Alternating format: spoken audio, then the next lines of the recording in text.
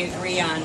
Our Democratic president and our Republican Congress aren't going to be able to work together to pass any meaningful legislation in the next couple of years. In fact, a recent Associated Press poll finds that 86% of Americans have no confidence that the leaders of this country can work together. They disagree about health care, about immigration, about taxes, about the Keystone Pipeline, about all sorts of things. They call each other liberal, ultra-conservative, hypocrites, left-wingers, extremists, what have you. Most of that name-calling is done through the media.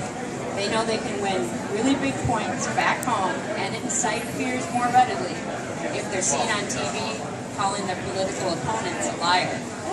I'm a patriot, you're a partisan. I persuade, you propagandize.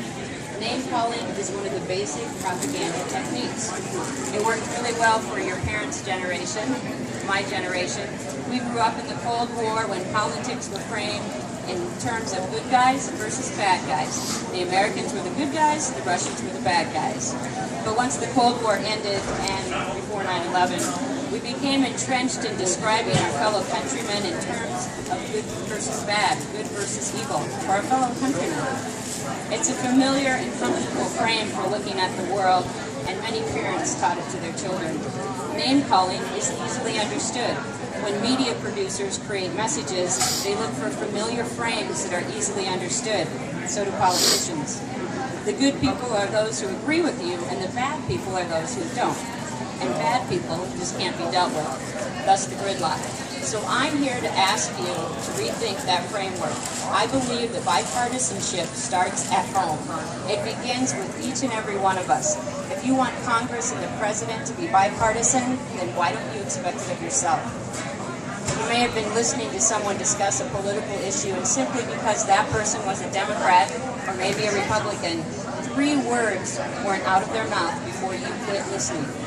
When was the last time you allowed someone to change the way you think about something? When was the last time that you really listened to the reasons why someone supports or doesn't support a particular issue? You can't change someone's way of thinking by calling them names or seeing them only as a representation of that name that you don't like. You can learn from people with whom you disagree. In your media choices, go out of your way to seek them out. If your favorite news source is Fox News, you should also be checking out MSNBC, or maybe even NPR.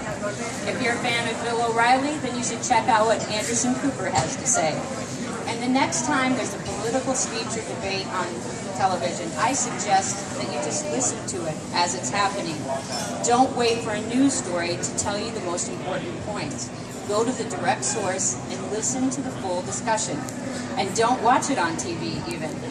Today, when there's a speech or debate, we not only see the people talking or the person talking, they also give us a split screen, so we see the reaction of their political opponents, who, by the way, practice those looks of disdain and disbelief beforehand.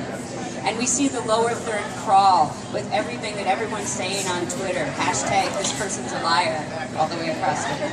I suggest that you listen to those discussions on radio without the distractions, and then when you decide how you feel about an issue, let it be based upon reasons that don't have anything to do with a political party or a rock star politician. Think about ways in which a compromise might be reached on political or social issues, and then talk about that, the way to compromise. If each and every one of you starts to think that way, and you share that approach with your friends and even your parents, eventually we're bound to send people to Congress who think that way as well. Bipartisanship starts at home, and I say let it begin with yours.